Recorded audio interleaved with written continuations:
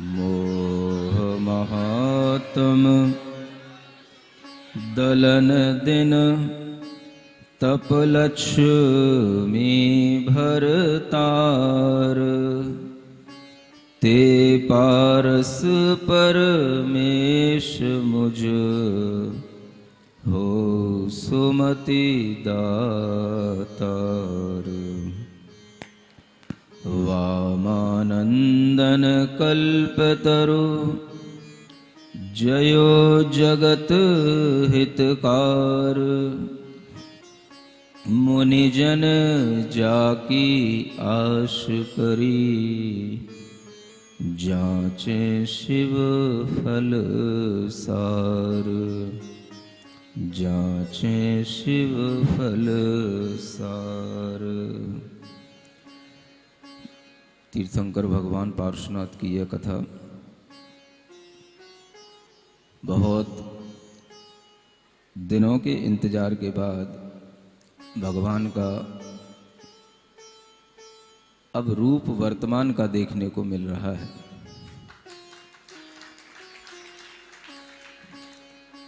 भगवान का गर्भ होने के उपरांत जन्म हो चुका है और जन्म की वह प्रक्रिया अनेक प्रकार की तैयारियों के साथ में निरंतर चल रही है। जन्म कल्याणक बहुत बड़ा होता है। एक दिन में आपको सब कुछ बताना, सब कुछ दिखाना असंभव होता है। जब इंद्र दिन भर भगवान के अभिषेक, उनके न्यमन की तैयारियां करते हुए उन्हें सुमेरु पर्वत की ओर ले जाता है, ऐरावत हाथी पर बिठा करके स्वयं भी उसी हाथी पर बैठकर के वह उस बालक को जब ले जाता है तो वह दृश्य बहुत ही अद्भुत होता है। ऐरावत हाथी ही अपने आप में अद्भुत है। सौधर्म इंद्र का उस पर बैठना, विक्रिया शक्ति का जितना अद्भुत प्रयोग देव के माध्यम से किया जा सकता है वह इस ऐरावत हाथी के रूप में हमें दिखाई देता है। कल आपको जब गर्भ के संस्कारों के बारे में बता रहा था तो कुछ लोगों का ऐसा कहना हुआ कि महाराज आपने तो कल पुत्र के संस्कार बताए हैं, पुत्री के संस्कार तो बताए ही नहीं। आपने ये कैसे समझ लिया कि पुत्र के संस्कार कल बताए गए और पुत्री के नहीं बताए गए? संस्कार तो जो भी गर्भ में है उसके लिए। वह जातक पुत्र भी हो सकता है, पुत्री भी हो सकती है। हम ऐसा भेदभाव क्यों कर रहे हैं? संस्कार हम उस पुत्री के लिए भी उसी रूप में दे सकते हैं कि वह पुत्री भी आरहंत पद की विभूति को पाने वाली बने, वह पुत्री भी मुनि दीक्षा को लेने वाली बने। अगर वह पुत्र का संस्कार है तो उसी भव में न वो आरहंत बन रहा है न कोई मुनि बन रहा है, लेकिन अगर वो बनेगा तो संस्कारों के माध्यम से आगे कभी बनेगा। हम जीव के ऊपर संस्कार डालने के लिए किसी भी तरह से पुत्र के साथ पुत्री के ऊपर भी इसी तरह के संस्कार डाल सकते हैं, क्योंकि वही बेटी वही पुत्री आगे चलकर के भी फिर से मनुष्य पर्याय को प्राप्त करके मुनि पर्याय को भी प्राप्त कर सकती है और वह भी स्त्री अरिहंत बन सकती है। इसमें किसी भी प्रकार की कोई आपको संकोच नहीं करना चाहिए। इस जन्म में वह नहीं है लेकिन अगले जन्म में सब कुछ है। सीता सीता ही नहीं बनी रहेगी, स्त्री है तो स्त्री ही नहीं बनी रहेगी। वह स्त्री पर्याय को छेद कर देव बनी हुई है। आगे चल करके वह पुरुष रूप धारण करके वह गणधर परमेष्ठी का पद भी प्राप्त करेगी। आपने भगवान आदिनाथ के जीवन में जिस राजा के लिए यह देखा होगा कि वह 10 भव पूर्व में भगवान आदिनाथ का जीव जो चारण रिद्धिधारी मुनि महाराज के लिए आहार देते हैं, और उस समय पर जो पति और पत्नी के रूप में होते हैं, वह पत्नी ही आगे चल करके वह राजा श्रेयांश का जीव बनती है, और वह भगवान आदिनाथ के गढ़धर बनकर के वह मोक्ष प्राप्त करती है। स्त्रियों के लिए भी पूरी मुक्ति का द्वार खुला हुआ है। थोड़ा सा आप समझने की कोशिश करें। इस भव में किसी के लिए कुछ नहीं है, लेकिन आज की तैयारी हमारे लिए अगले भवों में काम आने वाली है। और हमेशा ये ध्यान में रखो, युद्ध के मैदान में पहुंच करके योद्धा वही युद्ध कर सकता है जिसने पहले से अभ्यास किया हो, पहले से तैयारी की हो।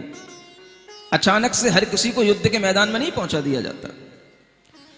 अगर आपको मोक्ष मार्ग का पथिक बनना है, कर्मों से युद्ध करना है, आपको भी एक योद्धा की तरह पहले से कर्मों से लड़ने के लिए तैयारियां करनी पड़ेंगी। आपको भी पुण्य अर्जित करने पड़ेंगे, अपने अंदर संस्कार डालने पड़ेंगे। और वह संस्कार किसी काल का इंतजार नहीं करते। जब चतुर्थ काल आएगा तब हम संस्कार डाल लेंगे, जब साक्षात अरिहंत भगवान मिलेंगे तब हम उनके समोसरण में बैठ करके सम्यक दर्शन प्राप्त कर लेंगे। हमें तो डायरेक्ट क्षयक सम्यक दर्शन ही प्राप्त करना है। छोटे मोटे सम्यक दर्शन से क्या होगा, औपसमय क्षयोपसम ये तो होके भी छूट जाते हैं। ऐसे भी कुछ ज्यादा पढ़े लिखे लोग बातें करते हैं, लेकिन उन्हें पता नहीं होता कि कभी भी वह क्षयक सम्यक दर्शन की प्राप्ति से पहले क्षयोपसम सम्यक दर्शन होना अनिवार्य होता है। उसके बिना कभी भी क्षयक सम्यक दर्शन नहीं होता। और क्षयोपसम सम्यक दर्शन इसी प्रकार के निमित्तों को देख करके होते हैं। जो निमित्त आप यहां देख रहे हैं, ये आपके लिए सम्यक दर्शन की प्राप्ति का निमित्त है। तीर्थंकरों की कथा सुनने से अनेक ज्योतिषी आदि देव भी, भवनवासी व्यंतर और अनेक वैमानिक देवों में भी मिथ्या दृष्टि देव जो रहने वाले होते हैं, वे भी जब इस तरह की महिमा तीर्थंकरों की देखते हैं तो अनेक मिथ्या दृष्टि देवों के अंदर भी सम्यक दर्शन की प्राप्ति केवल भगवान के जन्म कल्याणक को देख करके हो जाती है। ये वो महिमा है। इस महिमा के लिए कोई ये नियामक नहीं है कि जब भगवान का जिन बिंब प्रतिष्ठा होती है तभी पंच कल्याणक होते हैं। आप भ्रम में मत रहना। ये तो भगवान की महिमा दिखाने का अवसर है, और ये अवसर अभी तक ब्लॉक था, बंद था, बिल्कुल ही होता ही नहीं था। अब ये शुरू हुआ है, और इसकी ये शुरुआत हुई है कि भगवान की महिमा तो हम कभी भी देख सकते हैं। श्रावण हो, भादो हो, कोई भी समय हो।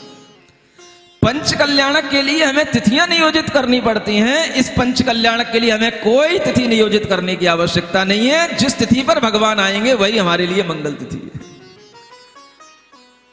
और संयोग से सब अच्छा होता है। कई लोग आज जन्माष्टमी मना रहे हैं। आप भगवान पारसनाथ के लिए जन्म कल्याणक का अवसर प्राप्त हुआ है, आप भगवान पारसनाथ का जन्म कल्याणक मना रहे हैं। ये भगवान तीर्थंकरों की महिमा का वर्णन सम्यक दर्शन का कारण है, और इसीलिए यह अनेक पुराण ग्रंथों में लिखा गया। बहुत से विद्वान इस तरह की महिमा का वर्णन करने के लिए हमसे कह चुके, महाराज जैसे अलग अलग तरह से कथाएं होती हैं, लीलाएं होती हैं, क्या हम अपने तीर्थंकरों की महिमा लोगों को सामान्य रूप से नहीं बता सकते? अभी एक विद्वान आए थे रजवांस के, क्या नाम उनका, विनोद, सनत कुमार, विनोद कुमार।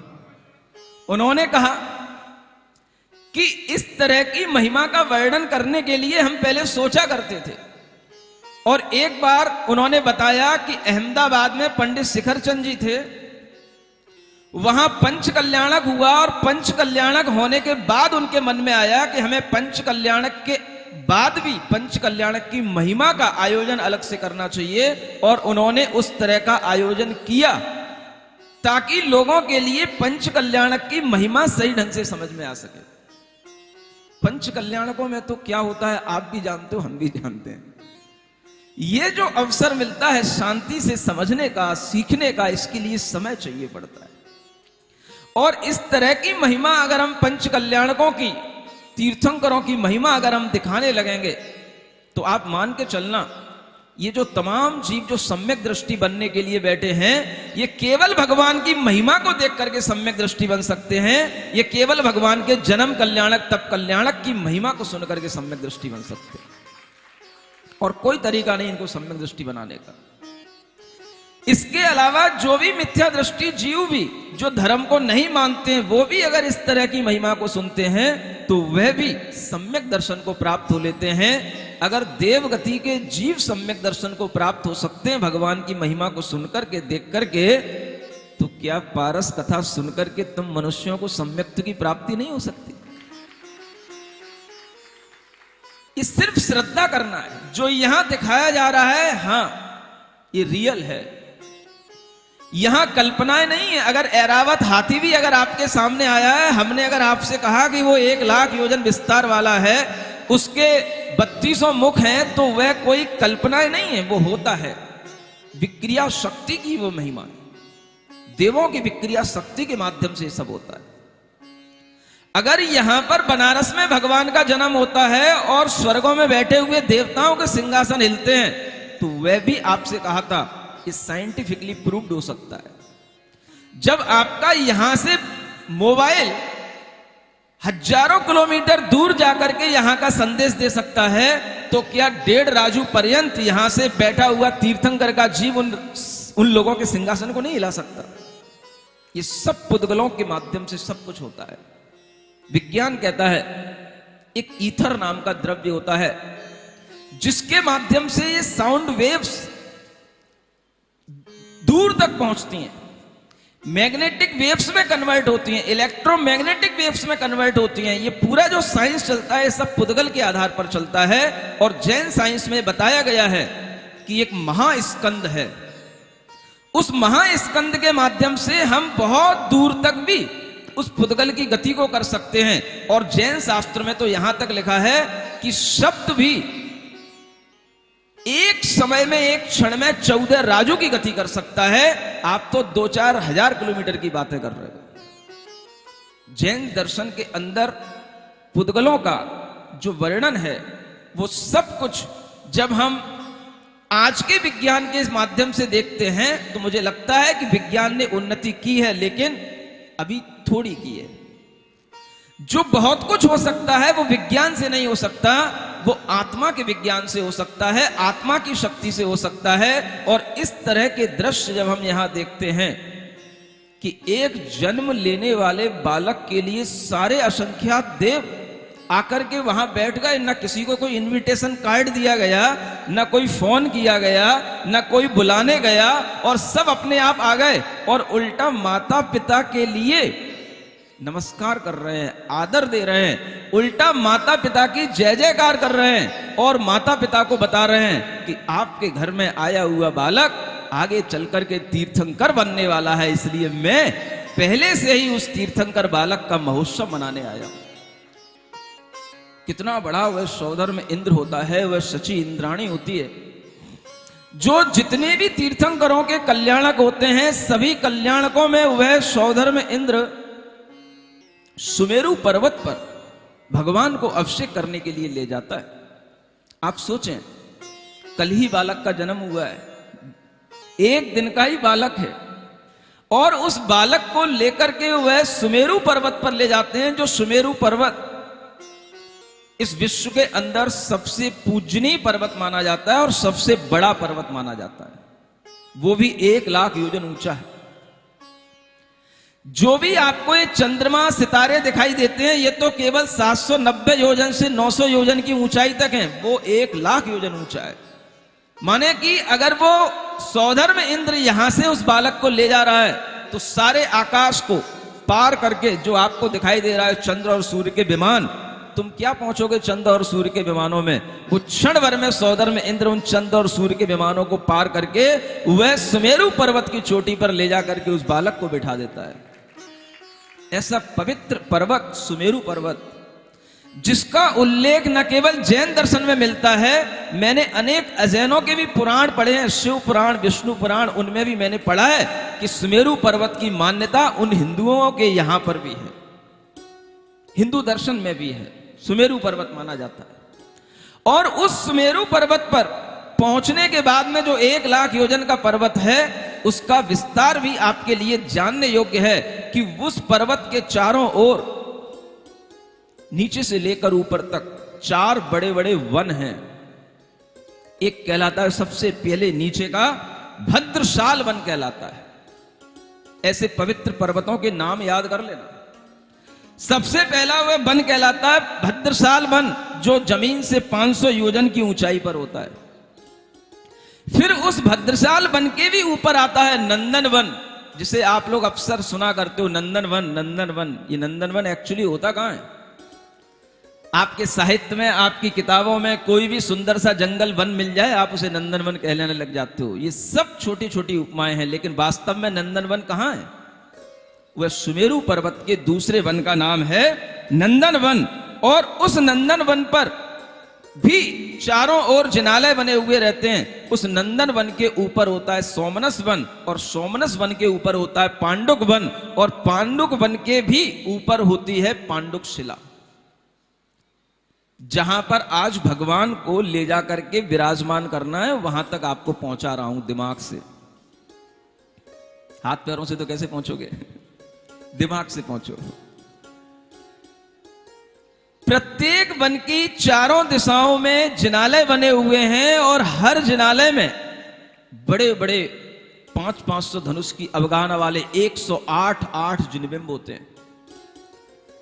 एक सुमेरु पर्वत के चारों ओर इन जिनालयों की संख्या चारों वनों की, चारों दिशाओं की मिलाकर के 16 हो जाती है। ऐसे 5 मेरु पर्वत होते हैं जिन्हें हम पंचमेरु कहते हैं, और ऐसे 80 जिन चैत्यालय अकृत्रिम जिन चैत्यालय कहलाते हैं। उनमें सबसे बड़ा पर्वत सुमेरु पर्वत ही कहलाता है। और जितने भी तीर्थंकर, चाहे भरत क्षेत्र के हों, चाहे ऐरावत क्षेत्र के हों, चाहे विदेह क्षेत्र के हों, सारे तीर्थंकरों का जन्म कल्याणक इसी सुमेरु पर्वत पर मनाया जाता है, जिस सुमेरु पर्वत की हम आपसे चर्चा कर रहे हैं। आप सोचें कि ये सब कुछ अपने आप कैसे होता है? पूर्व पुण्य के उदय से ये सब होता है। हाथ पैर मारने वालों, दिन भर थकने वालों, तरह तरह के काम करके अपने आप के परिश्रम से अपने आप को परेशान करने वाले लोगों, थोड़ा सुनो, सोचो, समझो, ठहरो। जो काम पुण्य से होता है वो अपने आप होता है, और जो काम अपने पुरुषार्थ से होता है उसमें अगर पुण्य साथ देगा तो होगा, नहीं तो वो नहीं हो पाता है।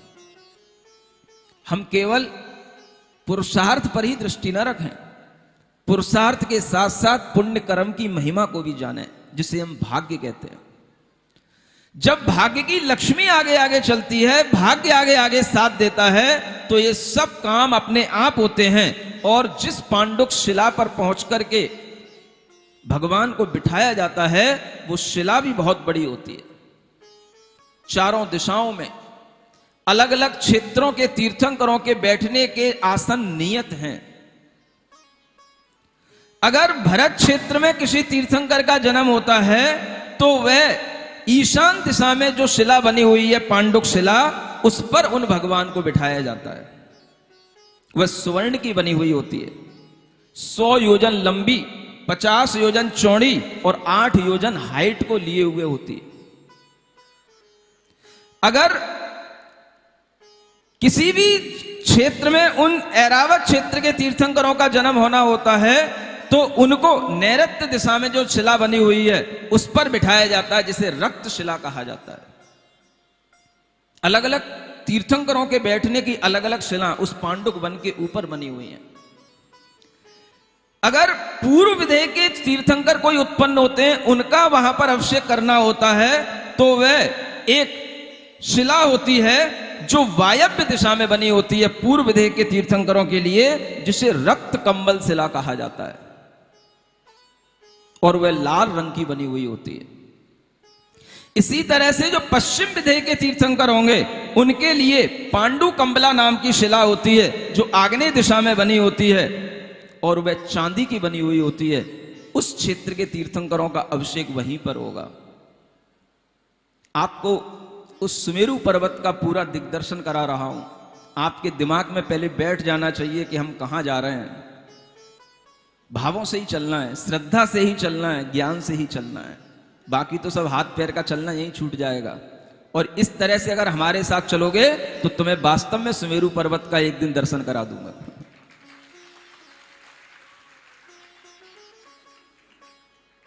इस तरह की श्रद्धा एक बार आपके अंदर बन जाएगी और इस तरह की श्रद्धा की आंखों से अगर आपको भगवान देखने में आने लग जाएंगे तो आप मान के चलना कि आपको साक्षात तीर्थंकर भी दिखाई देंगे।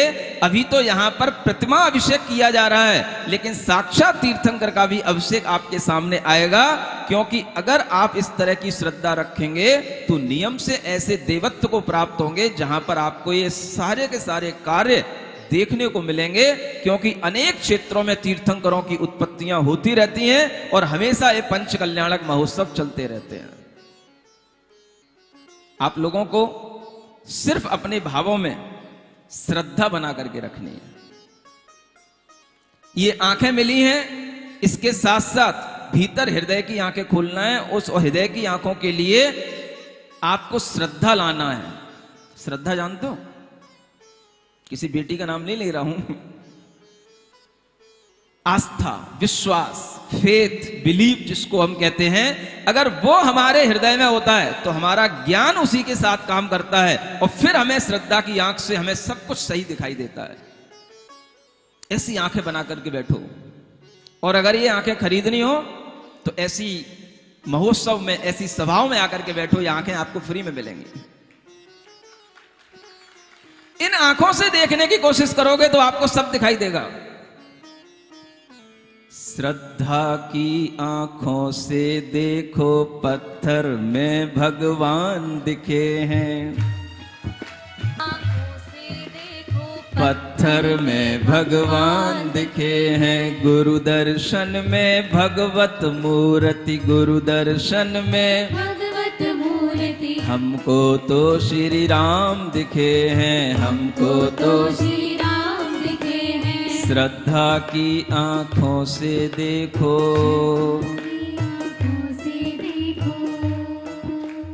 आते आते लौट गए क्यों, आते लौट गए क्यों। दहली सूनी छोड़ गए क्यों, दहली सूनी छोड़ गए क्यों। आंचल उड़ता उड़ता पुकारे, आंचल उड़ता उड़ता पुकारे। आओ संवरिया तुम ही सहारे, आओ संवरिया तुम ही सहारे। आओ संवरिया तुम ही सहारे, आओ संवरिया तुम ही सहारे। राजपाट तज चली बावली, राजपाट तज चली बावली। राजपाट तज चली बावली, राजपाट तज चली बावली। तब राजुल को नेमी दिखे हैं,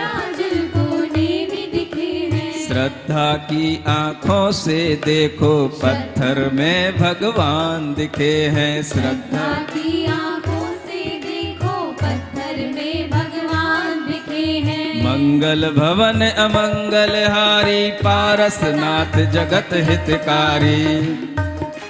सुख संपत सब ही घर आवे, पारस कथा भविक जो गावे, पारस कथा। ऐसे महामेरु पर्वत के ऊपर आपको ले चलते हैं इसी पुराण के माध्यम से, इस कथानक के माध्यम से। महामेरु के मस्तक भाग, पांडुक बन बहुधर सुहाग। जो जन सहस जासु विस्तार, सुर चारण खग करे विहार। जिस पांडुक वन पर सुर माने देव, खग माने विद्याधर और चारण माने चारण रिद्धिधारी मुनि महाराज ही पहुंच सकते हैं। इसके अलावा वहां सामान्य व्यक्ति नहीं पहुंच सकता है। इसलिए अपने भाव श्रद्धा के इतने ऊंचे बना करके रखो कि एक दिन हम भी वहां पर पहुंच करके देखेंगे। ऐसा मन में विश्वास लेकर के रखो। चहु दिस चार जिनालय तहां, सगन सासते तरुवर तहां। मध्य चूल का मुकुट सरीस, सोवत जो जन चालीस। 12 जोजन जड़ विस्तार, 8 मध्य और ऊपर 4। जाके ऊपर रजत विमान, रोमांतर नर क्षेत्र प्रमाण। तिस ईशान दिशा शुभ थान, मणिमय शिला सासती जान। पांडुक वाम फटिक उनहार, आकृति अर्ध चंद्रमाकार। यह मणिमय शिला ईशान दिशा में जो बनी हुई है उसी का नाम पांडुक शिला है। स्फटिक की उनहार माने उपमा को धारण करने वाली अर्ध चंद्राकार शिला होती है। और उस शिला का जो आयाम आपको बताया वो यहां लिखा हुआ है, 100 जोजन आयाम अभंग, विस्तर आदि 8 उतंग। सुर विद्याधर पूजत नित्य, भरत खंड जिन न्योन प्रवृत्त। तहाँ हेम सिंहासन सार, रतन जड़त शोभल आकार। धनुष 500 उन्नत जोए, भूमि आग विस्तीर्ण सोए। ऊपर जास अर्थ विस्तार, जाके तेज मिटे अधियार। इसकी पर पद्मासन साज, पूरब मुख ढाके जिन राज। वह सौधर्मेंद्र ऐरावत हाथी पर ले जा करके उसी पांडुक शिला पर जब पहुंच जाता है तो उस जिन बालक को पूर्व दिशा की ओर मुख करके स्थापित कर देता है।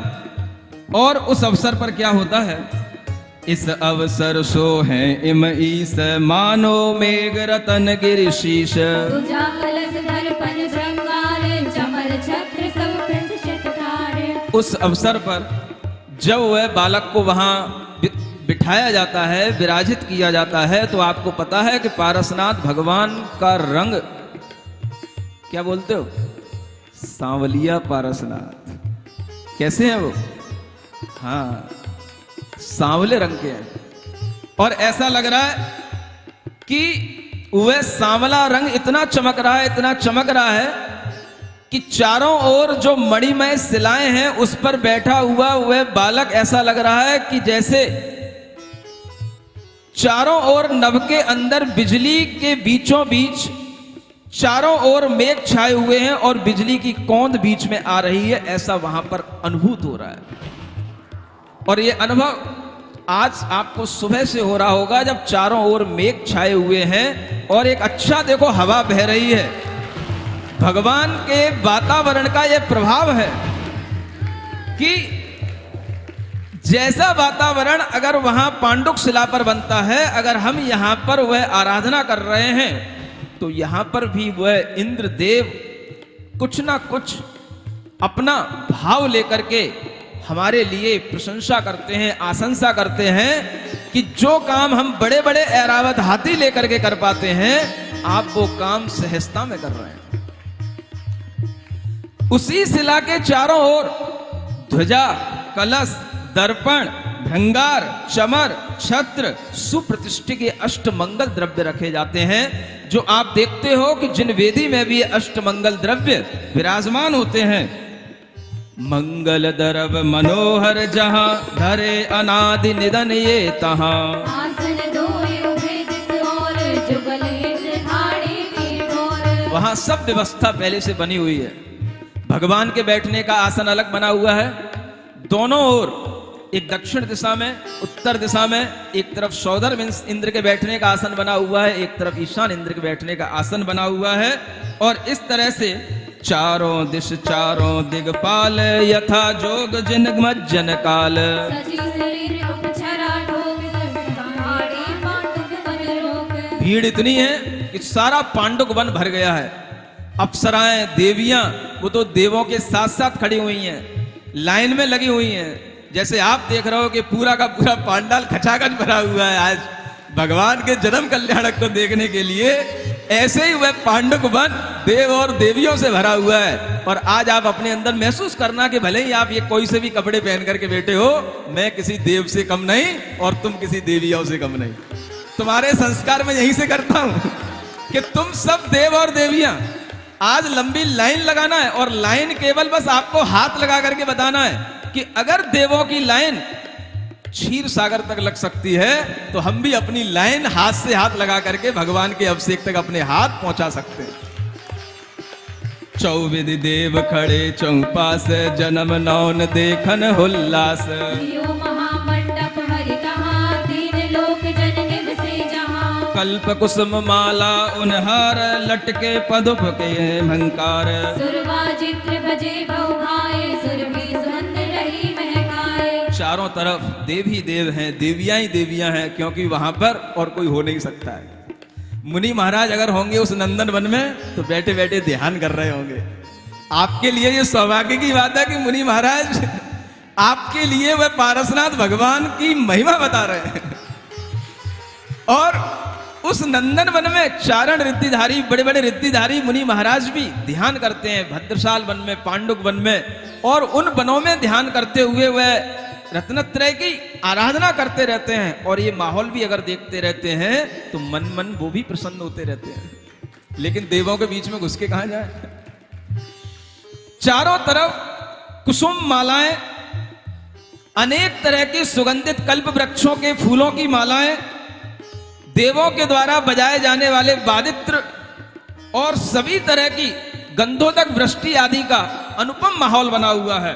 मंगल मिल गावे सब सची, नाचे सुर वनिता रस रची। धम्मजन आरंभ विशेष उद्यम कियो प्रथम अमरीश। जब ये सब व्यवस्थाएं देख लेता है तब सौधर्म इंद्र अब उद्यम करता है। मज्जन माने भगवान के स्तनपन का। और अब ये उद्यम जब प्रारंभ होता है तो कैसे होता है आपको बताता हूं, उसके बाद में आप ये उद्यम अपने सामने देखेंगे। तहां कुबेर रतन खची, रखी पेड़ का पंत। मेरु शिखर सोहिए, क्षीरो दधि परजंत। सुर श्रेणी सो पंचम सागर जाय, भर लाई कंचन कलश चंदन चर्चित काय। जो जन एक प्रमाण मुख, वसु जो जन गंभीर। यह मर्यादा कलश की, जिन शासन में वीर। मुक्ता मल मंडित लसे, कंचन कलश महन। नव बनता के उरजे, यौवती शोभन। कहा जा रहा है कि उस मेरु के शिखर पर क्षीरोदधि पर्यंत तक देवताओं की लाइन लगी हुई है। क्षीरोदधि जानते हैं? कुछ तो नहीं जानते हैं, कुछ बैठ जाते हैं। हमें तो दिखाओ महाराज, महिमा बताओ। जम्बू द्वीप को घेरे हुए लवण समुद्र है। लवण समुद्र को घेरे हुए धातकी खंड द्वीप है। और धातकी खंड को घेरे हुए कालोदधि समुद्र है। ये जो दो समुद्र हैं ये कर्म भूमि के समुद्र कहलाते हैं। और इसके आगे चले जाओ, असंख्यात द्वीप और असंख्यात समुद्र। ऐसे ही द्वीप फिर समुद्र, फिर द्वीप फिर समुद्र, ऐसे करते हुए अंत में असंख्यातवां जो समुद्र आता है उसका नाम है स्वयंभू रमण समुद्र, जहां पर ये मध्य लोक का अंत होता है। और उस समुद्र में भी कर्म भूमि की व्यवस्था है। केवल इन 3 समुद्रों में जलचर जीव रहते हैं। बाकी के बीच के जो असंख्यात समुद्र हैं उनमें जलचर जीव नहीं होते हैं। क्षीरोदधि सागर, क्षीर सागर, ये 5वें नंबर का समुद्र है, 5वें नंबर का सागर है। सुन रहे? 2.5 द्वीप के बाहर, मध्यलोक के बाहर, मध्यलोक जो पूरा एक राजू प्रमाण है उसमें 2.5 द्वीप के बाहर, मनुष्य लोक के बाहर ये पूरा का पूरा समुद्र 5वें नंबर का समुद्र है। और जैसा इसका नाम है वैसा ही इसका जल का रंग है। क्षीर माने क्या होता है? दूध होता है जल, लेकिन रंग है उसका दूध का। दूध नहीं है वो, क्या है वो? क्षीर सागर का ऐसा शुद्ध जल है जिसमें कोई भी जलचर जीव नहीं है। शुद्ध वह प्राशुक जल है। और उस जल को लाया जाता है। एक देव पूरा वहां से लाकर के सौधर्म इंद्र तक लेकर के पहुंचा है, ऐसा नहीं है। वहां देवों की लाइन लगी रहती है। एक ने निकाला, एक ने उठाया, दूसरे को, दूसरे ने तीसरे को, तीसरे ने चौथे को, और ऐसा पूरा 5वें समुद्र तक लाइन लगी हुई है। सुन रहे हो? अगर ये लाइन, जितने लोग यहां बैठे हैं, अगर ये लाइन लगा दी जाए तो वास्तव में ये लाइन 5वें समुद्र तक पहुंच सकती है।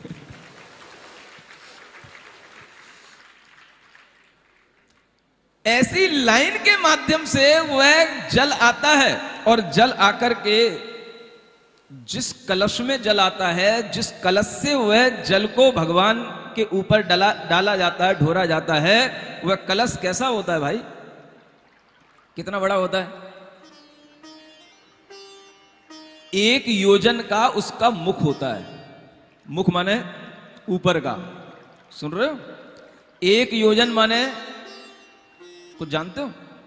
बताओ 1 योजन कितने का होता है?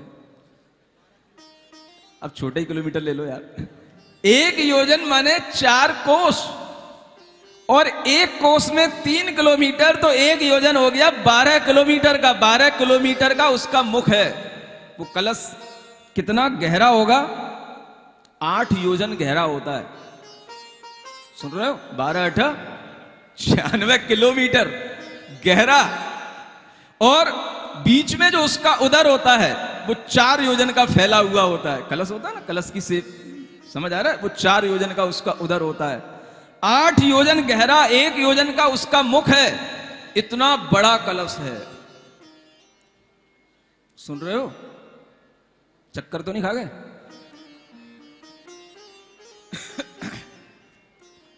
और उस कलश में भरे हुए जल को समर्पित किया जाएगा, ढोरा जाएगा। किसके लिए?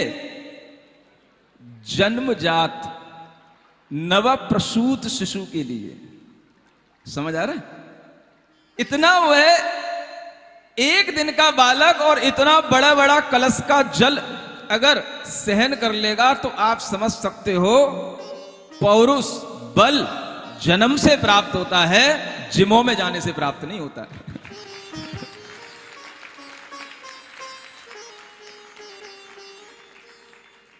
जिमों में जाकर के प्रोटीन खाकर के, डिब्बों की प्रोटीन खाकर के जो डिब्बे बन रहे हैं, वो थोड़ा सा सोचें। एक फिल्म का डायलॉग था, याद आ रहा है, सुना दूं?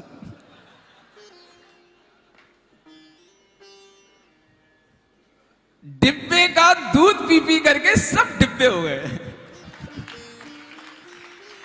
अब नाम नहीं बताऊंगा इससे ज्यादा।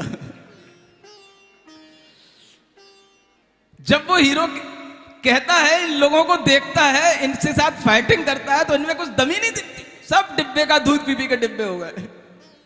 समझ आ रहा है? और ऐसे ही जो लोग प्रोटीन के डिब्बे खाते रहते हैं, उन्हें पता नहीं होता है कि वो प्रोटीन है कितने गंदी चीजों से बनी हुई होती है। उन डिब्बों पर भी बैन लगे हुए होते हैं, लेकिन फिर भी वो चलाए जाते हैं, चलते हैं।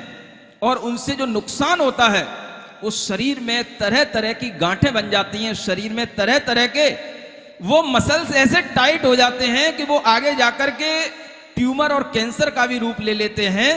अगर उन डिब्बों की प्रोटीनें नुकसान कर गई, तो आदमी का जीवन भी चला जाता है। आप लोग अगर कुछ अच्छा करना चाहते हो, तो प्राकृतिक तरीके से करो। अगर आपको अच्छी ताकत चाहिए, अगर मान लो कोई बात नहीं, आपको बादाम नहीं मिलते खाने के लिए, चने तो मिलते हैं। घोड़ा क्या खाता है? चना खाता है। पावर किससे नापी जाती है? Horse power. समझ आ रहा है? क्या खाता है वो? आज भी सबसे ज्यादा कैल्शियम, प्रोटीन चने के अंदर होती है, और भींगे हुए चना जो खाएगा वो ऐसे ही दौड़ेगा जैसे घोड़ा दौड़ता है। आजकल के घोड़े तो, मैं अगर 2 किलोमीटर दूर जा रहा हूं, सब हाँफ जाते। समझ आ रहा है? हाँ, तुम्हारे आगरा की भी बात बता दूं, कोई बराबर से दौड़ने वाला नहीं होता। सब पीछे रह जाते हैं। थोड़ी देर चलेंगे, फिर गाड़ियों में बैठ जाएंगे, फिर चलेंगे, फिर गाड़ियों में बैठ जाएंगे। महाराज आपके साथ प्यार कर रहे हैं। हम भी देख लेते भाई, चलो कैसे ना कैसे कर तो रहे हैं, कोई बात नहीं, आगरा तक ले जाना है तो कैसे ना कैसे ले तो जा रहे हैं। लेकिन आपको यह ध्यान रखना है कि हम इन तीर्थंकरों के चरित्र से भी कुछ सीखें। अगर आपके यहां लिए आज ये जन्म कल्याणक देखने को मिल रहा है, तो आप ये मान करके चलें, ये बात भी जान करके चलें कि अगर आज आपने भगवान का जन्म कल्याणक देखा है, और आज आपके लिए जो सुमेरु पर्वत पर जन्माभिषेक देखने को मिलेगा, उसके बाद एक बात सब लोग याद रखें, जो मैं बता रहा हूं, चाहे ऑनलाइन सुन रहे हो लोग, चाहे ऑफलाइन बैठे हुए लोग सुन रहे हो। अगर किसी शिशु का गर्भ में जन्म हुआ है तो हमें कोई हक नहीं है कि हम उस शिशु को, चाहे वो पुत्र के रूप में हो चाहे पुत्री के रूप में हो, हम उस शिशु का घात करें, हम किसी भी तरीके से उसका गर्भपात करें। ये कभी भी किसी भी जैन व्यक्ति के द्वारा तो होना ही नहीं चाहिए। और जितने भी लोग सुन रहे हैं दूसरी भी संस्कृति के संप्रदाय के लोग, वो भी ये ध्यान रखें कि अगर आप गर्भपात नहीं करने का और नहीं करवाने का नियम लेंगे, चाहे वो कितने ही बड़े बड़े डॉक्टर क्यों ना हो, वैसे चीजें इलीगल मानी जाती हैं, बैन लगे हुए हैं, लेकिन फिर भी लोग इस तरीके के कार्य करते हैं पुत्र व्यामोह में आकर के। आप लोगों को आज दिन ये नियम लेना है आज के दिन कि अगर हमने पहले कभी ऐसा किया है तो आज मैं उसका प्रायश्चित लेती हूं और लेता हूं। लेता हूं इसलिए बोल रहा हूं, कई ससुरे, ससुरे जानते हो, मैं गाली नहीं दे रहा जो सास के साथ रहते हो ससुर तो ही कहलाते, ससुर ही तो। अब बहुत सारे लोग होंगे ससुर ही तो कहना पड़ेगा। अरे भाई ऐसा क्या बोलते, मैंने गलत नहीं बोलता तो कई सासें और कई ससुरे ऐसे होते हैं जो बहुओं पर दबाव बनाते हैं। और ये बहुएं मुझे आकर के बताती हैं जब वो प्रायश्चित लेती हैं कि महाराज मेरी इच्छा नहीं थी एबॉर्शन कराने की, लेकिन सासू ने, ससुरे ने मुझे ऐसा दबाव बनाया कि मुझे ऐसा करना पड़ा, घर के लोगों के दबाव के कारण से। सुन रहे हो? आज अगर आपके दिमाग में ये भगवान का दृश्य आ रहा है, अपने लिए प्रायश्चित करने का भाव करना कि अगर हमने अपने घर में अपनी बहुओं के साथ ऐसा किया हो तो। और जितनी भी दादी अम्माएं बैठी हैं, सासें बैठी हैं, ये भी हमेशा नियम लेकर के रखें कि इनने भी अगर अपने बेटों के, पुत्रों के ब्याहों में अगर कोई ऐसा भाव किया हो तो एक प्रायश्चित जरूर करना। और जो आगे बहू बनने वाली हैं, ऐसी बेटियां बैठी हैं, आगे जो पुत्रों को जन्म देने वाले, अनेक तरह के विवाह आदि करने वाले लोग बैठे हैं, वो हमेशा ये ध्यान रख करके चलें, आज के दिन ये संकल्प लेकर के जाएंगे कि हम कभी भी गर्भपात न कृत न कारित न अनुमोदना, इन तीनों से कभी भी हम इसमें संलग्न नहीं होंगे। ये बात आपको ध्यान में रखना है। पुत्र या पुत्री सब अपने अपने पुण्य से होते हैं। भगवान ऋषभदेव के घर में पुत्र भी थे और पुत्रियां भी थी, और उन्होंने सबको संस्कार दिए और सबके लिए उन्होंने धर्म का मार्ग बताया, और उन पुत्रियों ने भी नाम अमर किया। आज भी ब्राह्मी और सुंदरी पुत्रियों का नाम जाना जाता है संस्कृति के नाम पर। अगर ब्राह्मी लिपि चलती है, सबसे पुरानी लिपि, तो भगवान आदिनाथ की पुत्री ब्राह्मी के नाम पर ही चलती है। ये सब चीजें हमारे ज्ञान में होनी चाहिए कि हमें कभी भी कृत कारित अनुमोदना से इस तरह के कृत्य नहीं करना। और जिन्होंने इस तरह का कृत्य कर लिया हो तो आप कहो तो मैं सामूहिक प्रायश्चित बता दूं। अलग अलग मेरे पास मत आना, मेरे पास फुर्सत नहीं है। सुन रहे हो? हाँ, भगवान महावीर स्वामी की आराधना करना, वर्धमान स्तोत्र के माध्यम से 64 व्रतों को धारण करना, और भगवान वर्धमान स्वामी के नाम से वह 64 व्रत करके आप उसका प्रायश्चित लेना कि हे भगवान मेरी अज्ञानता से कृत्य हो गया, लेकिन आपके तीर्थ शासन में अगर मुझे ज्ञान प्राप्त हुआ तो अब मैं ऐसा कृत्य कभी नहीं करूंगा, और मैं हमेशा इस प्रकार के हिंसा पाप से दूर रहूंगा। इस तरह की भावना करके उसका प्रायश्चित कर लेना। समझ में आ रहा है क्या करना? वर्धमान स्तोत्र के माध्यम से 64 व्रत कर लेना। और व्रत की विधि कोई ज्यादा कठिन नहीं है। अगर उपवास करते ना बने तो एक आसन करके भी कर लेना। जिस दिन व्रत करना हो उस दिन पूरा विधान करना, और उसमें जो माला लिखी हुई वो माला का जाप करना, बस आपके लिए वो व्रत कहलाएगा। और अगर आपको थोड़ा सा वर्धमान स्तोत्र का कुछ ज्ञान लेना हो तो ऑनलाइन क्लासें चलती रहती हैं, पढ़ लेना। अभी सुनने में आ रहा था कि आज या कल में परीक्षा होने वाली है और ऐसी परीक्षाएं वर्धमान भगवान के भी ज्ञान की हमें निरंतर मिल रही हैं, लेकिन यहाँ के लोग तो पारसनाथ की कथा में व्यस्त हैं, अभी वर्धमान भगवान का नाम कहां सुनेंगे। ध्यान रखें, सब चल रहा है, ज्ञान का वह विस्तार आपके सामने आ रहा है और इस तरह से इतने बड़े बड़े कलशों के माध्यम से वह भगवान का अभिषेक किए जाने की तैयारियां चल रही हैं। सौधर्म इंद्र बिल्कुल तैयार है, भगवान के सौंदर्य को देख रहा है। तब रूपस्य सौंदर्यम दृष्ट्वा तृप्ति मनापिवान द्वयक्ष शक्र सहस्राक्षो बहु बहु विस्मय। उस इंद्र को इतना विस्मय होता है कि वह 2 आंखों को 1000 आंखें बना लेता है भगवान के रूप सौंदर्य को देखने के लिए। और ये स्तुति आचार्य समंतभद्र महाराज जन्म के समय की भी भगवान की स्तुति कर रहे हैं। जब आचार्य समंतभद्र महाराज जन्म के समय की इतनी स्तुति कर सकते हैं, तो क्या मैं छोटा सा नन्ना सा मुनि महाराज भगवान के रूप सौंदर्य की और भगवान की महिमा की, भगवान के पंच कल्याण की स्तुति नहीं कर सकता? शायद आपके मन में प्रश्न आ रहा हो कि महाराज आपको जन्म कल्याणक से इतना क्या लेना देना है, इसलिए समाधान दे रहा हूं। समझ आ रहा? क्योंकि बुद्धिमान लोग बहुत होते दुनिया में और सारे बुद्धिमान यहीं से पैदा होते हैं। ये आगरा की भूमि बुद्धिमानों की भूमि है और यहीं पर आकर के मैं बैठा हूं और यहीं पर आपको ये बुद्धिमानों के द्वारा जो लिखे गए कुछ अच्छे काव्य वो सुना रहा हूं। बाकी के जो बुद्धिमान हैं वो अपने अपने तरीके से क्रिटिसाइज करना कुछ करना करते रहेंगे, उनकी कोई चिंता नहीं है। लेकिन अपने को अब तैयार होना है कि भगवान पारसनाथ को अब हमें देखना है कि वो कहां विराजमान है। वो सुमेरु पर्वत पर पांडुक शिला पर विराजमान है। इंद्रों के माध्यम से लाइन लगी हुई है और सौधर्म इंद्र बिल्कुल तैयार बैठा है। घड़ा बड़ा कलश, स्वर्णमयी कलश, जिसमें अनेक तरह की मोतियों की मालाएं, कल्प वृक्षों की मालाएं उसमें लगी हुई हैं, अनेक तरह की झंझन बजने वाली घंटियां जिसमें लगी हुई हैं और ऐसा सजा हुआ पूरा का पूरा कलश है। कहां है? श्रद्धा की आंखों से देखो। किससे देखना है? हाँ, इसलिए कह रहा था आपको मनोरंजन ही नहीं कराता हूं, उसके साथ पूरा ज्ञान देता हूं भीतरी की, इसलिए भूमिका बना रहा था। श्रद्धा की आंखों से देखोगे, यहां आपको जो दिखे दिखे, लेकिन आपको क्या दिखना चाहिए दूसरी आंख से जो हमने आपको दे दी है, भीतरी आंख, उससे क्या देखना कि वास्तव में कितना 8 योजन गहरा 1 योजन मुख को लिए हुए और वह कलश ढोरने की तैयारी हो रही है।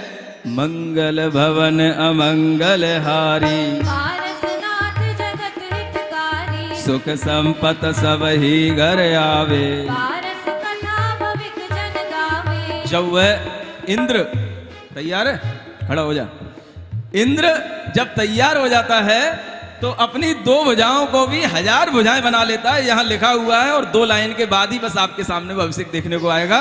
सहस भुजा सुरपत तब करी, भूषण भूषित शोभा भरी, इस अवसर हरि भूषणांग सुर। तरुवर जीव, देखो, सुर को हरि कहा जाता है, सौधर्म इंद्र को ही हरि हर, ये सब देवों के नाम हैं। हरि हर ये देवों के नाम हैं। और जो तीर्थंकरों की पूजा करते हैं, ऐसे देवादिदेव वो तीर्थंकर होते हैं। और जो देवों की पूजा जो देव उनकी पूजा कर रहे हैं वो देव ये हरिहर आदि नामों से जाने जाते हैं। ऐसे सुशोभित हैं, अनेक तरह के आभूषणों को पहने हुए हैं, मुकुट लगाए हुए हैं, ऐसा सजा हुआ है जैसे भूषणांग जाति का कल्प वृक्ष ही मानो आकर के खड़ा हो गया। ऐसा वह सौधर्म इंद्र सजा हुआ है। कलश हाथी हर लीने जागे, भाजनांग सम शोभाताम, 3 बार कीनो जयकार। सोधारन मन उचारे, 3 बार उसने जयकार की और फिर कलश का उठा करके उसने भगवान के सिर पर ढोया। पारसनाथ भगवान की, पारसनाथ भगवान की, पारसनाथ भगवान की। ओम अरहम ओम अरहम ओम अरहम बोल।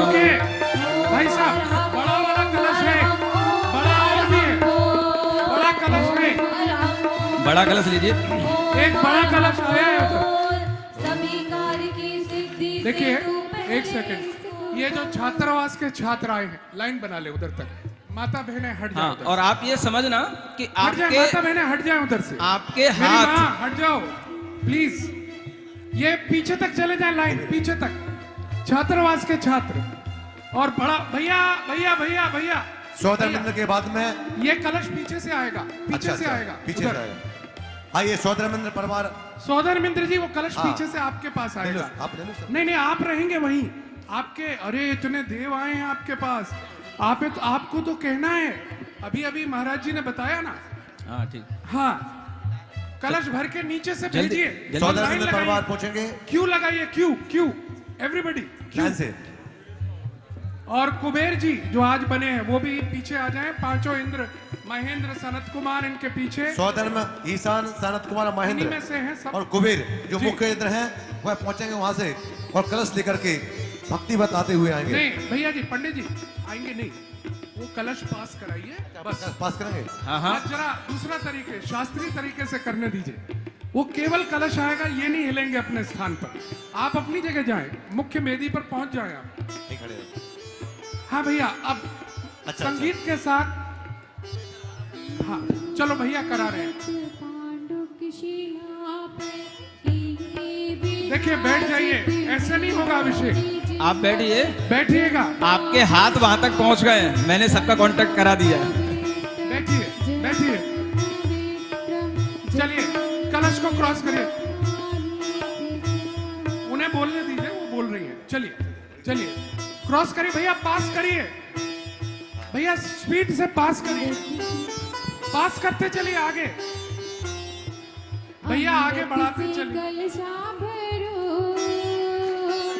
अमृत से गगरी भरो कि आज प्रभु नवन करेंगे।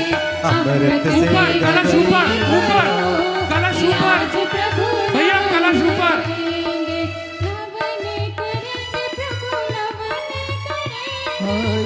करेंगे प्रभु नमन करेंगे। अमृत से कलशा भरो, अमृत से सबको छुरी देगा, सबके हाथ में आएगा, सबके हाथ में। अमृत से गगरी भरो कि आज प्रभु नमन करेंगे। सब सखी मिलकर मंगल गावे, सब सखी मिलकर मंगल गावे, मंगलकारी गीत सुनावे, मंगलकारी गीत जय हो। खुशी खुशी मिलकर चलो कि आज प्रभु नमन करेंगे। ओम ह्रीं श्रीं क्लीं ऐं परं बम बम हम सम तम बम। अमृत से गगरी भरो कि आज प्रभु नमन करेंगे। अमृत से कि प्रभु नवनी करेंगे। नमन करेंगे, प्रभु नमन। जय हो जय हो। ऐसा कलश नहीं देखा होगा, कभी नहीं देखा होगा।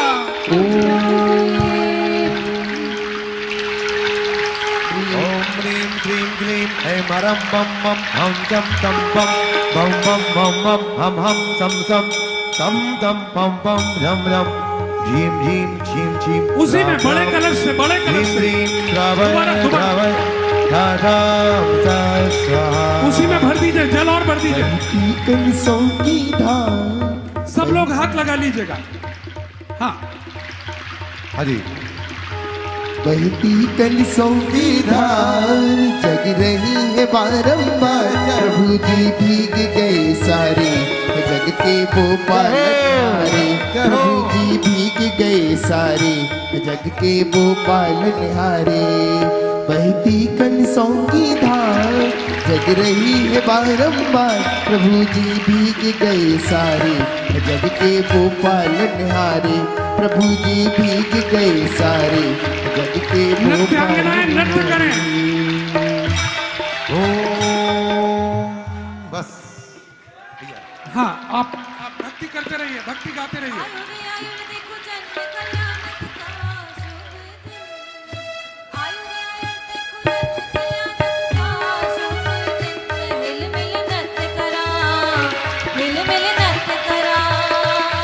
इंद्रानियां चवर झुलाएं, इंद्रानियां।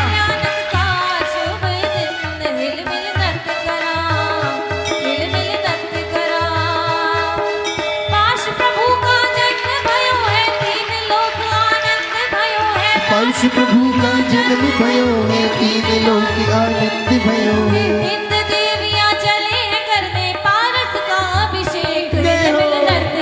अरे उठाओ ना दोनों हाथों को तालियों के माध्यम से।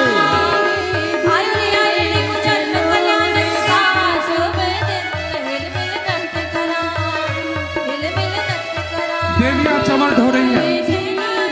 चलो रे भक्तों, प्रभुवर के गुण गाने को, बढ़ते चलो हजारों लोगों, प्रभु अभिषेक कराने को, प्रभु अभिषेक कराने को। धीरे धीरे चलो रे भक्तों, प्रभुवर के गुण गाने को, बढ़ते चलो हजारों लोगों, प्रभु अभिषेक कराने को, प्रभु अभिषेक कराने को। और आगे क्या होता है सुनिए। मैंने प्रभु जी के चरण पखारे, प्रभु जी के चरण बोले पखारे। नहीं, महाराज जी कुछ बोल रहे हैं। भाग्य हमारे। अभिषेक हो जाने दो। एक एक करके अभिषेक कर लीजिएगा। चलिए, जब तक अभिषेक हो रहा है अपन देखते हैं शांति से कि उस अभिषेक के साथ साथ और क्या क्या हो रहा है। थोड़ा सा आगे बढ़ते हैं। आपसे करे वो नीचे पहुंच जाए। आप बाकी बैठ जाए, सारे लोग बैठ जाए। इह विधि श्री सौधर्म ईश ढाले कलश स्वामी के शीस, तब सब इंद्र की योजन नान, अतुल उछाव बड़ो जग भवन। महाधार जन मस्तक ढरी, मानो नव गंगा अवतरी। मुझ दियो संग हर गणित दे, जय जयकार कियो महि सबे। जब सौधर्म इंद्र ने अभिषेक कर लिया तो उसके बाद में सभी इंद्रों ने भी मिलकर के भगवान का वह नमन किया और अत्यंत उत्साह के साथ में वह जो अभिषेक की धारा गिर रही है वो ऐसा लग रहा है जैसे कोई गंगा नदी आकाश से उतर करके आ रही हो। उपजो अति कोलाहल सार, दश दिश बज्र भई तिहि बार। भयो असम अवसर इहि भाए, दर्शन द्वार करियो नहीं जाए। ऐसा कोलाहल चारों ओर देव और देवियों के चल रहा है।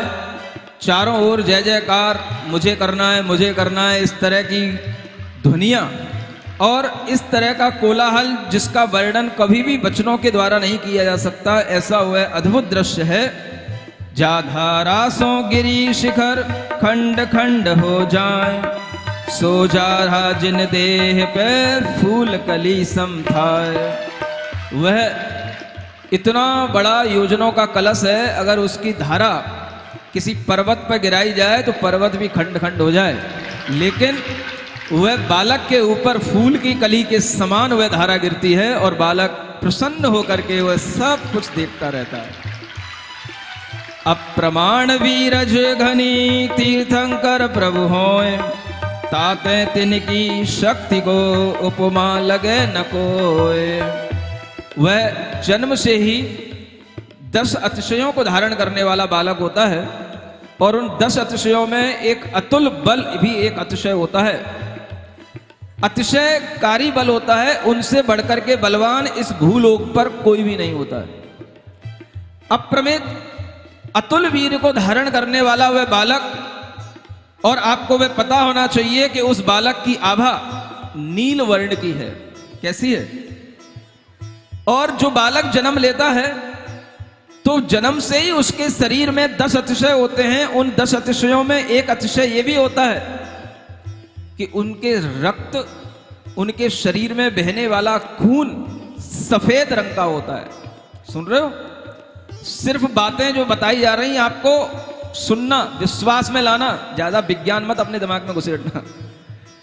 उनके शरीर का रंग सफेद होता है, नील वर्ण की उनकी आभा है, उनके रगों में सफेद रंग बह रहा है और इधर क्षीर सागर की भी बाहर से वह सफेद रंग की वह धारा बह रही है। आप सोचें कितना अद्भुत वर्ण होगा। और जहां वो बैठे हैं वह स्वर्णमयी सिंहासन है, ऐसी वह छटा छाई हुई है। नील वर्ण प्रभु देह पर कलश नीर छविएम, नीलाचल सिर हेम के बादल। चली नौन के नीर की उछल छटा नवमाई, स्वामी संग अग बिन भई क्यों नहीं उरध जाई। नौन छटा तिरछी भई तिन यह उपमा धार, दिगवनता मुख सोहिए करण फूल, जिन तन परस पवित्र भई सकल जग शुचिकरण, सोधारा मम नित्य पाप हरो पावन करो। वह धारा जिनेंद्र भगवान के शरीर का स्पर्श पाकर के ही पवित्र हो जाती है, और जहां जहां उस धारा के छींटे जाते हैं वो धरती पवित्र होती है। प्रत्येक व्यक्ति अपने आप को उस गंधोदक से अपने को पवित्र मानता है। यो सुरेंद्र मज्जन विधि ठान, फिर कीनो गंधोदक नान। जल ले विने विस्तरी, शांति पाठ बड़ी पूजा करी। शक्र सची सुर आनंद भरे, यथा योग सब कारज करे। परछन छीने गीत गाए, बारंबार नए सिर नाए। आज आप लोग के लिए यह अभिषेक की क्रिया यहीं तक कराई जाती है। वह सौधर्म इंद्र और शची अभिषेक करने के बाद में प्रदक्षिणा देती हैं, बार बार भगवान के चरणों में नमस्कार करती हैं, और उस समय पर भी एक शांति पाठ पढ़ा जाता है और पूजा की जाती है। वह शांति पाठ ही अपने आप में एक पूजा होता है। अगर आप शांति से बैठें तो वह शांति पाठ भी आप पढ़ सकते हैं और मेरे साथ पढ़ सकते हैं। आज वह अभिषेक की क्रिया पूर्ण होने के बाद, शांति पाठ पूर्ण होने के बाद में कल क्या होगा? अभी तो सुमेरु पर्वत पर है इंद्र, अभी तो वापस घर में आना है। असली माता पिता तो अभी घर पर विद्यमान हैं, और वह जब घर पर आएगा फिर घर पर किस तरीके का आनंद होगा। अभी तो मंगल घर में तो कुछ हुए ही नहीं है, अभी तो कहाँ हो रहे हैं? सुमेरु पर्वत पर आकाश में हो रहे हैं। अभी बनारस नगरी लौट करके आना है, और आप सब लोग जो आज यहां से जाएंगे कल फिर बनारस नगरी में आपको लौट करके आना है, और कल फिर आपको देखने को मिलेगा कि कैसा वह अद्भुत तांडव नृत्य करता है। उसकी बात कल ही की जाएगी। आज शांति पाठ करके इस अभिषेक की क्रिया का, इस जिन नभन की क्रिया का यहीं पर समापन किया जाता है। शांतिनाथ मुख शश उनिहारी, मृत संयमधारी, गगन 108 विराजे। निर्गत नयन कमल दल लाजे, चक्रवर्ती पदधारी। सोलम तीर्थंकर सुखकार, इंद्र नरेंद्र पूज्य नायक, नमो शांति हित शांति विधान। दिव्य बिटप पहुपन की वर्षा, दुर्ग विलासिन वाणी सरसा। छठ चमन बामंडल भार, ये तुम प्रतिहार मनहारे। शांति जिने से शांति सुखदाई, जगत पूज पूजो सिर नाई, परम शांति दीजे हम सबको पढ़े तिने पुण्य। चार संग को पूजी जिनी मुकुटहार किरीट लाके, इंद्रादि देवर पूज पदाब्ज जाके। सो शांतिनाथ जगवंद जगत प्रदीप, मेरे लिए करो शांति सदा प्रदीप। संपूजकों को प्रतिपालकों को, यतीन को यदि नायकों को, राजा जे सुखी है जिन शांति को देवी जी सुखी है। जिन शांति को होवे सारी प्रजा को सुख वलयोत हो, धर्मधारी नरेसा होवे वर्षा समय पे, दिल भर न रही व्याधियों का अंदेशा। वे चोरी न जारी, सुसमय वर्ते हो न दुष्काल भारी। सारे ही देश धारे, जिन पर विश्व सदा सौखकारी।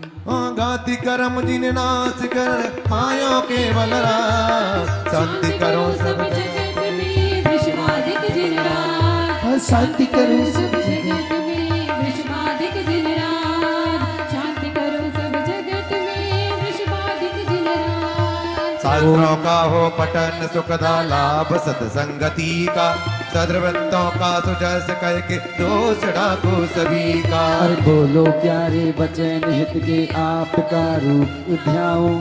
तोलो से ऊंचे रहने जिनके मोक्ष जो लो ना पाऊं। तब पद मेरे ही में मम्मी, तेरे पुनीत चरणों में तब लो लीन रहूं प्रभु, जब लो पाया मुक्ति पद में। अक्षर पद मात्रा भाषा से दूषित जो कुछ कहा गया मुझसे, क्षमा करो प्रभु को तुम करना। कई जुड़ाऊं भव दुख से। हे जगबंधु जिनेश्वर पाऊं तबो चरण शरण बलहारी मनन समाधि सुदुर्लभ कर्म कह चय सुबोध सो हाय ओम अरहम ओम अरहम ओम अरहम बोल सब काल की सिद्धि से तू पहले इसको तोड़। ओम अरहम बोल। सभी कार्य की सिद्धि से तू पहले इसको तोड़। सभी कार्य की सिद्धि से तू जय बोलो पार्श्वनाथ भगवान की, पार्श्वनाथ भगवान की। और अब पूज्य गुरुदेव से अनुरोध करूंगा, पूज्य गुरुदेव, ये आनंद की अनुभूति अनवरत इसी प्रकार से चलती चले और आगामी 10 लक्षण पर्व में भी कुछ ऐसा ही नया हो, इसके लिए हमें आशीर्वाद दीजिए। आप लोग ये देख ही रहे हैं कि यहाँ जो कुछ हो रहा है सब नया नया ही हो रहा है, और आगे भी जो कुछ होगा सब नया नया ही होगा। क्या बात है। पुराने घिसे पिटे काम करने की अपने को आदत नहीं है। और अगर आपके मन में 10 लक्षण पर्व को मनाने का, आनंद का उत्सव मनाने का अगर वास्तव में अच्छा भाव होगा, तो आप देखेंगे कि आप लोगों को वह 10 लक्षण पर्व का उत्सव एक अलग अनुभूति के साथ देखने को मिलेगा, एक अलग अनुभूति के साथ करने को मिलेगा। उसका कारण यह है कि हम धर्म को अनुभूति बनाना चाहते हैं, हम धर्म से वास्तव में सुख कैसे आता है ये दिखाना चाहते हैं, और उसको दिखाने के लिए हमारे पास में थ्योरी भी है और प्रैक्टिकल भी है। सुबह का सेशन थ्योरी का ज्यादा रहेगा, शाम का सेशन, दोपहर का सेशन प्रैक्टिकल का रहेगा। आपकी स्थिति जैसी बनेगी, जैसी रुचि होगी, उसी तरह से हम दिखाएंगे आपको। जो लोग अभी तक अनेक तरह की 10 लक्षण पूजाएं करते आ रहे हैं, अनेक तरह का विधान आदि करते आ रहे हैं, उन्हें सब तरह से 10 लक्षण पूजा करने को मिलेगा, लेकिन आपको अद्भुत ढंग से वह 10 लक्षण पूजा भी अगर आपका मन होगा तो अभी तक आपने पूजा की होगी विद्वानों के द्वारा बनाई हुई। अगर आपका मन बना तो आपको मुनि महाराज के द्वारा बनाई हुई पूजा करवाऊंगा। भैया अभी बीच में गंदोदक नहीं बांटे, आप एक जरा थोड़ा सा बैठ जाए। कुछ देर के बाद करेंगे। आपने अभी तक 16 कारण की बहुत सी पूजा की होंगी, लेकिन आपको कुछ अनुभूतियां नहीं हुई होंगी। आपको ऐसी 16 कारण की पूजा कराऊंगा, ऐसी जाप कराऊंगा जिसके माध्यम से आपको लगे कि मैंने वास्तव में 16 कारण किया है। जो 16 कारण नहीं भी करते हैं उन्हें भी महसूस होगा, क्योंकि यहां बैठने वाले सब लोगों के लिए, चाहे वो महिलाएं हो, चाहे पुरुष हो, चाहे व्रत कर रहे हो या ना कर रहे हो, लेकिन उन्हें धर्म की अनुभूति अलग ढंग से होगी। अगर आपका मन केवल उन जिनवाणी में लिखी हुई पूजाओं को पूरी करने का है और अपनी गिनतियां पूरी करने का है, तो आप अपने मंदिरों में अच्छे ढंग से बैठे, हमें कोई दिक्कत नहीं है। लेकिन जिनके दिमाग थोड़े से भी कुछ इस तरीके के हों कि नहीं, हमें पूजा करते करते तो बहुत समय हो गया, हमें पूजा का भाव भी देखना है कि इस पूजा से हमें कुछ लाभ हो रहा है कि नहीं, तो आप यहां आना, आपको सब कुछ मिलेगा। अगर आपका उत्साह इसी तरीके का बना रहा तो आपको तत्वार्थ सूत्र का भी एक विधान बनाया हुआ है, और वह तत्वार्थ सूत्र का भी विधान, उसी के साथ में तत्वार्थ सूत्र का पूजन और उसी के साथ में तत्वार्थ सूत्र की व्याख्या, सब कुछ आपको सुनने को मिलेगी। सुबह से योग और ध्यान का सेशन शुरू होगा, और वहां सुबह 5:30 से या 6 बजे से, आपकी स्थिति बने तो 5:30 से भी शुरू कर सकता हूं। पहले कुछ योग की क्रियाएं, उसके बाद में आधे घंटे का ध्यान होगा, और उसके बाद में फिर प्रवचन होगा, और उसके बाद में फिर आपके लिए ये पूजा का कार्य चलेगा, और फिर तत्वार्थ सूत्र की क्रिया प्रारंभ होगी। उसमें आपको वह सब नियम पूरे करने को भी मिल जाएंगे जो आप करते रहते हो। दोपहर के कार्यक्रम अलग होंगे, अलग कक्षाएं होंगी।